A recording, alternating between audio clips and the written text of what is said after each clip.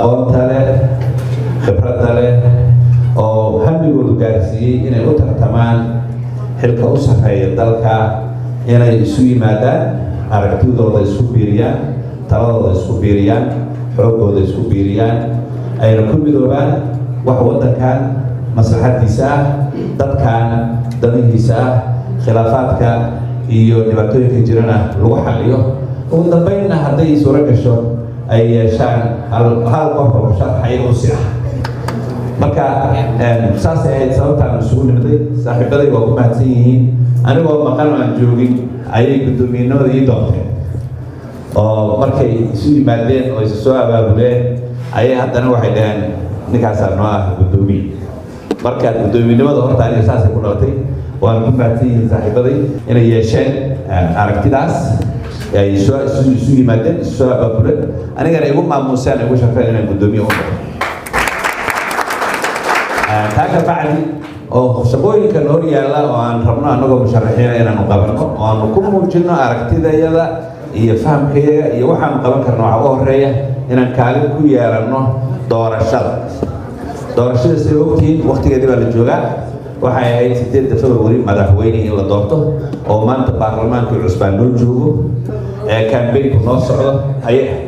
laakiin nasiib darro ma dhicin arrintaasi caqabado yimiday iyo isfahmi waa ka yimiday doorashadii oo dadka mas-uuliyiinta ah xilka waddanka haya iyo dowladda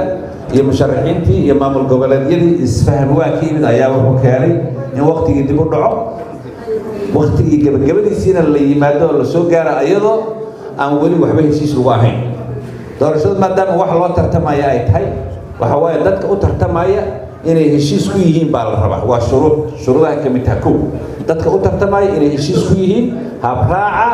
iyo maamuuska lagu qabanayo doorashada waxaan u horeeya guddiga doorashada qabanayo waxaa shuruud u ah inuu dhexdhexaad yahay oo anugu guddi aan samaysta uusan ahayn oo aniga ii xaglinay inuusan ahayn guddi qof gaar samaysatay marka caqabada dhacday oo inay doorashadii dib u dhacdo oo khilaafaadkii yimid lagu heshiin waayo sababteeda waxaa iska leh saan isleeyahay xukuumadda iska leh shacabka Soomaaliyeed dhammaantood dowladnimay rabaan dowlad bay u heelan yihiin horumar bay doonayaan dowlad cadaalad ay rabaan laakiin xukuumadda maanta taagan waajibaadka saaran waxaa ugu horeeya inay yeelato hogaaminta saxa ah oo ay ku hogaamiso bulshadan awood u yeelato iyo hogaamin khilaafka yimaada inay xalliso ayada looga fadhiyaa dadka isu keenidooda ayaga looga fadhiyaa heshiisiinta dadka ayada looga fadhiyaa marka waxaa meesha ka muuqata maxamed cabdullaahi farmaajo iyo xukuumaddiisa inay ku guul daraysteen inay isu keenaan ay xalliyaan wixii laga tabanayay arrinta doorashada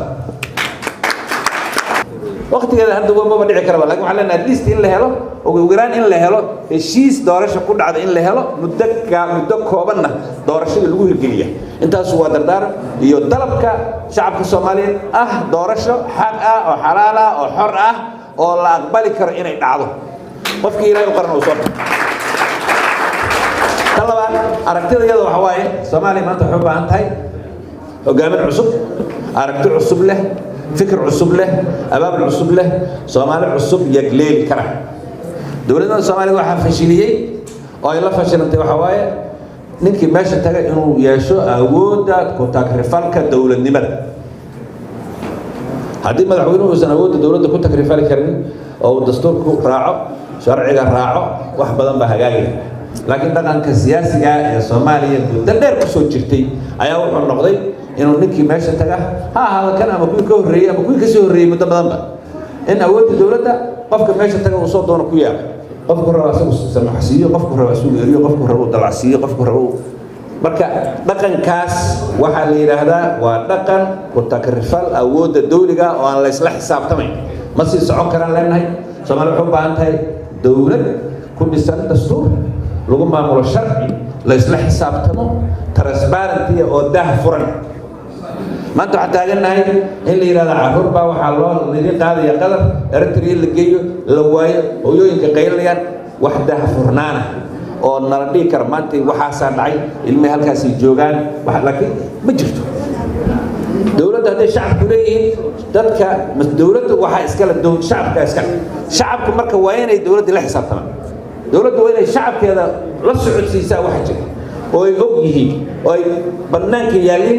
waxa ay dowladdu dadkan u qabanayso waxa ay dadkan dalbanayaan annagana waxaana laga rabaa inaanu difaacano xoog maahan iyo xabad waxa lagu difaacana waa aragti iyo fikir iyo is-abaab xuquuqda dadka inaan difaacno xorriyaadkeena inaan difaacno dowladda inaan ka dalbanno wixii tuug yimaada wixii jira oo la leeyahay waxaasaa jiraan in dowladdu ka jawaabto khasab oo la yidhahdo laakiin waa inaan dalbanna annaga marka waxaan rabnaa dowladdu waa inaysan noqon dowlad hal shakhsi go-aankeeda leeyahay wuxuu raban uu ka yeelayo dowladdu waa inay tahay dowlad ku shaqaysa wixii annaga aan u dhiibanay dastuurka Soomaaliya ku heshiisay annaga meesha dhigan dowladda annaga iskale annaga ilaashayna annaga difaacayna laakiin dadka aan u dhiibanay inay noo maamulaan waa inaysan ku takrifali karin annagana aan diidnaa marka waxaan leenahay waqti baan nahaya aad baa ugu mahadsantihiin mar labaad waxaan rajaynaynaa ilaahayna ka baryaynaa inaanu doorasho xor oo xalaal ah aanu gaarno awoodda dowladnimadana ay si nabadgelyaa ku wareegto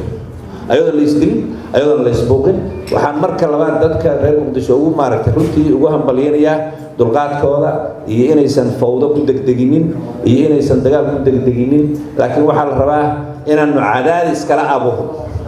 oo aan violence ahayn oo aan dagaal ahayn laakiin aanu dalbanno soo baxano odayaasheennu na hogaamiyaan aqoon-yahankeennu na hogaamiyaan musharaxiinteennu na hogaamiyaan aan ka dalbanno wixii aanaan raalli ka ahayn dowladdaan ila idinka yeeli mayno doorashaan u fadhinaa doorashaan rabnaa allahu akbar marka waa mahadsantihiin aad baan idin salaamayaa waxaan rajaynaynaa insha allahu annagoo waddanka hogaaminayna inaan isu nimaadno oo aanu dhegaysanno dadka waxa ay rabaan siday wax u rabaan xuquuqdooda ilaalino waddankooda iyo karaamada iyo sharaftooda iyo cizzigoodana aan kor u qaadno asalaamu calaykum waraxmatullaahi